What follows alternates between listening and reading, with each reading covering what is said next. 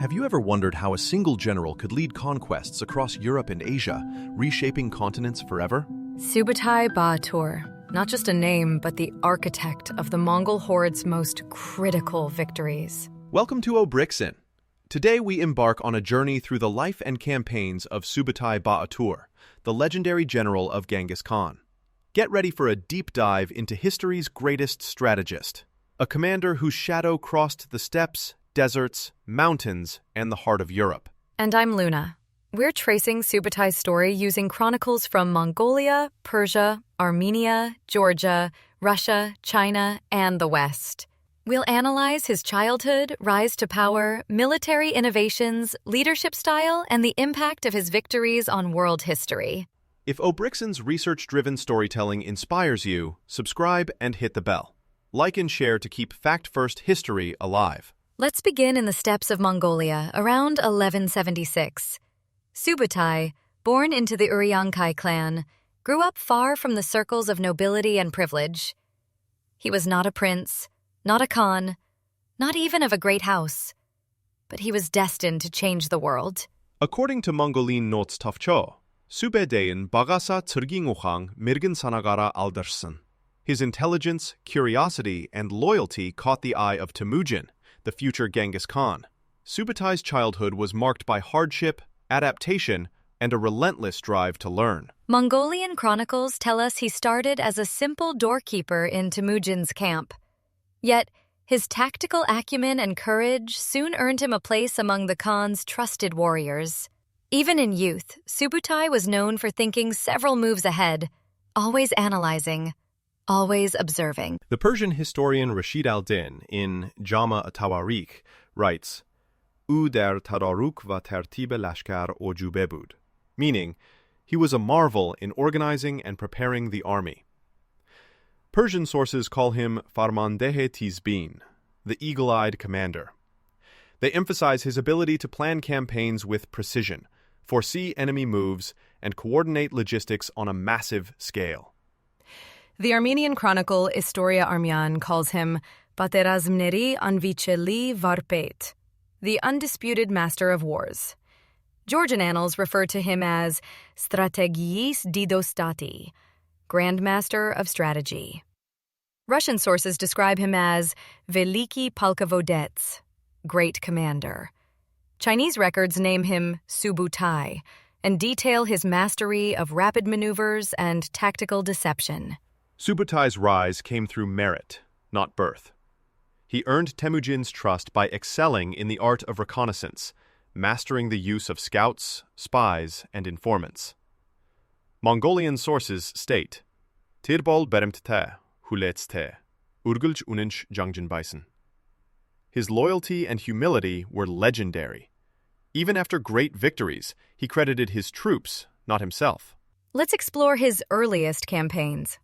As a junior officer, Subutai joined Genghis Khan's war against the Merkits, Tatars, and Naimans.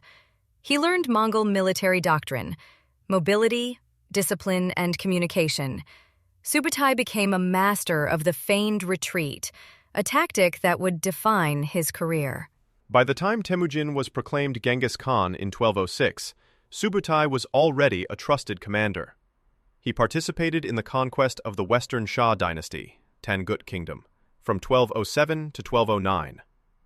The Yuan Shi, Chinese Yuan history, notes, Subutai I Juchu Sheng. Subutai won by wisdom. His ability to coordinate cavalry, archers, and engineers foreshadowed his future campaigns. Next came the Jin dynasty campaigns, 1211 to 1215. Subutai orchestrated the crossing of the Yellow River, attacking the Jin capital at Zhongdu, modern Beijing. The Jin emperor's armies, much larger and heavily fortified, were repeatedly outmaneuvered. Subutai's speed, surprise raids, and tactical deception enabled the Mongols to breach the city's defenses in 1215, marking the start of Mongol rule in North China. Chinese sources describe Subutai's innovative use of night raids, river crossings, and multi-directional attacks. He was never content with brute force, always preferring intelligence, flexibility, and psychological warfare. Mongolian sources highlight his partnership with Jebe, another legendary general. Together, they formed a dynamic duo, often tasked with the most difficult operations. Their methods? Scout ahead, strike fast, and disappear before the enemy could react. Subutai's success in China led Genghis Khan to entrust him with ever larger campaigns. He became the primary architect of Mongol operational strategy, planning invasions that spanned thousands of kilometers. The next chapter is the legendary Western Campaign. In 1220, Genghis Khan sent Subutai and Jebe on a reconnaissance in force across Central Asia. Their journey took them through the Khwarezmian Empire, Transoxiana, and into the Caucasus. The Persian historian Juvaini writes, Subutai nabeghe amaliyat-haye vasi bud. Subutai was a genius of grand operations. Armenian and Georgian sources describe his maneuvers as lightning strikes, attacks appearing suddenly with overwhelming force, then vanishing just as quickly. The Battle of the Caucasus, 1221, showcased Subutai's mastery of terrain and multi-directional assaults.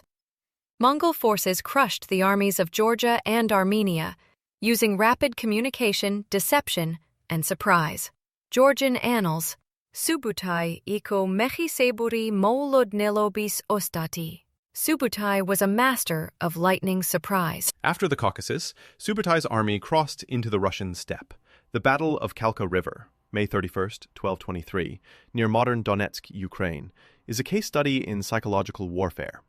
Mongols feigned retreat for 9 days, luring the coalition of Rus princes and Cumans into a trap. When the time was right, Subutai encircled and annihilated them. The Novgorodskaya Letopis notes, over 10,000 perished. The shockwaves changed Eastern Europe's politics for generations. Subutai's withdrawal after Kalka was as strategic as his advance. He returned east, regrouped, and helped secure Mongolia's western borders. By 1227, after Genghis Khan's death, Subutai was recognized as the empire's supreme strategist. Let's examine the mechanics of Subutai's campaigns. Mongol armies relied on speed, discipline, and decentralized command. Subutai organized his forces into tumans, units of 10,000, coordinated attacks from multiple directions, and used relay stations for communication. He established supply depots across thousands of kilometers, a logistical feat that rivaled the Roman legions. His intelligence network was vast. Scouts, spies, local informants. Subutai's ability to gather, analyze, and use battlefield information set him apart from his contemporaries. In 1236, Subutai masterminded the invasion of Volga, Bulgaria. Mongol forces struck rapidly, overwhelming local defenders. Russian chronicles describe his tactics as unexpected, relentless, and terrifying. After Volga, Bulgaria, Subutai turned west. The siege of Ryazan, December 1237, is detailed in Russian sources. Subutai osadil gorod I primenil razlichne takticheskie priyomy. Subutai laid siege to the city and used various tactics. His methods? Psychological intimidation, siege engineering, and relentless pressure.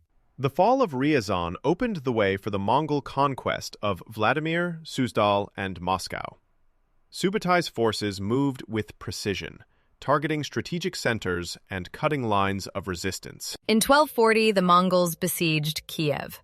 The primary chronicle records, Subutai tisnuchi namistos trioch bokiv zminev svoyu osnovnu taktiku.